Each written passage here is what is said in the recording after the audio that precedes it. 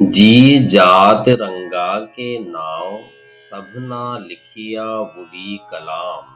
जी जीव जंतु जात उनकी जाति रंगा किस्म विभिन्नता के नाम सबना सब कुछ लिखिया लिखा जा रहा है।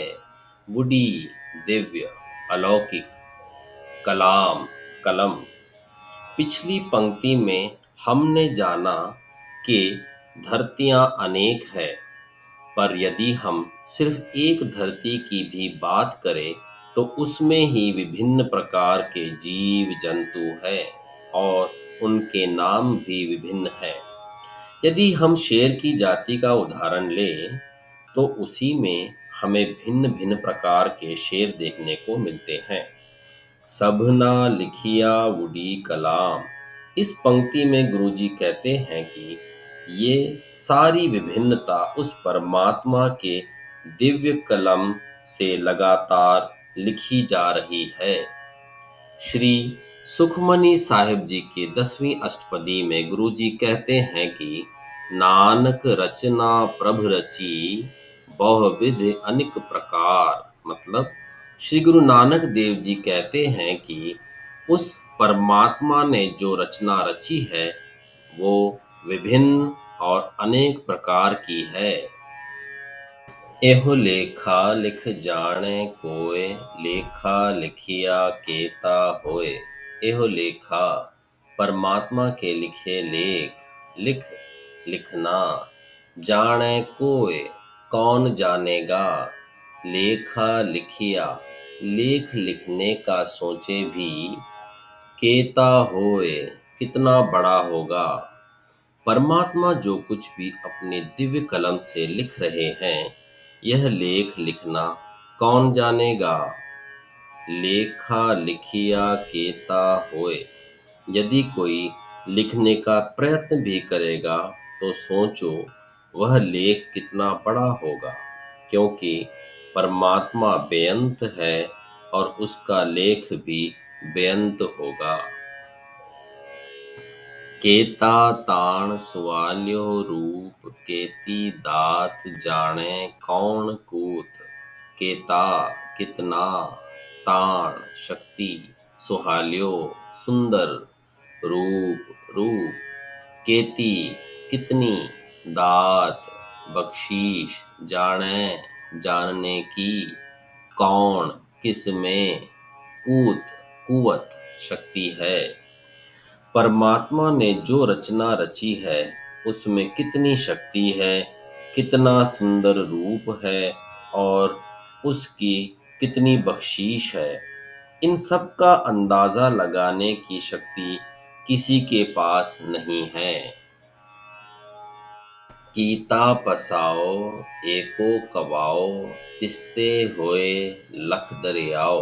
कीता किया है, बनाया है, पसाओ ब्रह्मांड का पसारा, एको एक, कवाओ शब्द ध्वनि, तिस्ते उस ध्वनि से, होए उत्पन्न हुए हैं, लख लाखों, दरियाओ जीव जंतु धरती ब्रह्मांड के दरिया।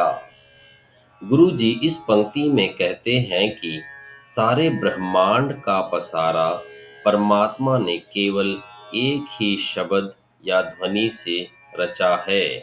तिस्ते हुए लख दरियाओ। इस हुक्म रूपी ध्वनि से लाखों जीव जंतु धरती ब्रह्मांड के दरिया उत्पन्न होकर बहने लगे हैं। कुदरत कवण कहा विचार वार्या न जावा एक वार।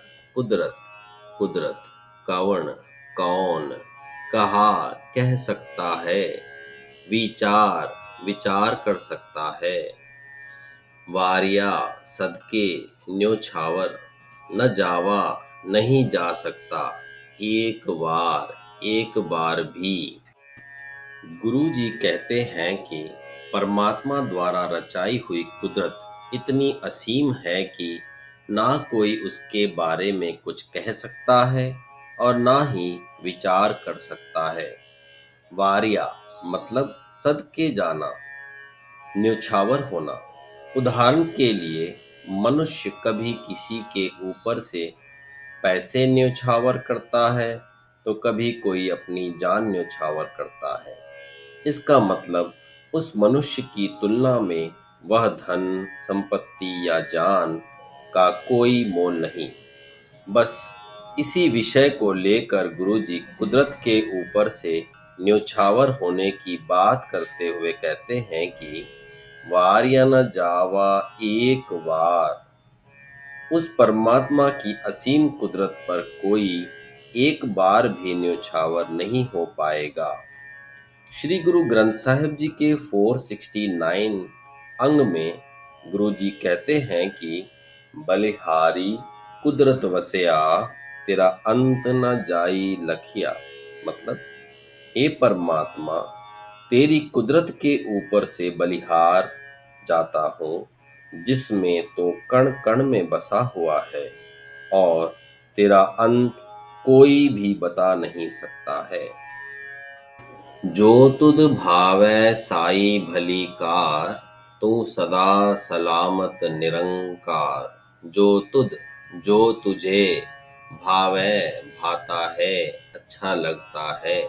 साई, वो सब।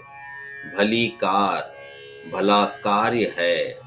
तू, तू। सदा, हमेशा। सलामत, अटल, स्थिर। निरंकार, परमात्मा। इस पंक्ति में गुरुजी समर्पण एवं हुक्म मानने की बात करते हुए कहते हैं कि जो उस परमात्मा को अच्छा लगता है, बस वही सबके लिए भला है, क्योंकि तू सदा सलामत निरंकार, वह परमात्मा सदा अटल एवं निरंकार है। आप सब से हाथ जोड़कर बेनती है कि जब भी आप श्री जपजी साहिब जी का पाठ करें, तब हर एक शब्द और पंक्ति का मतलब समझते हुए करें, क्योंकि तभी पाठ करने का आनंद आएगा।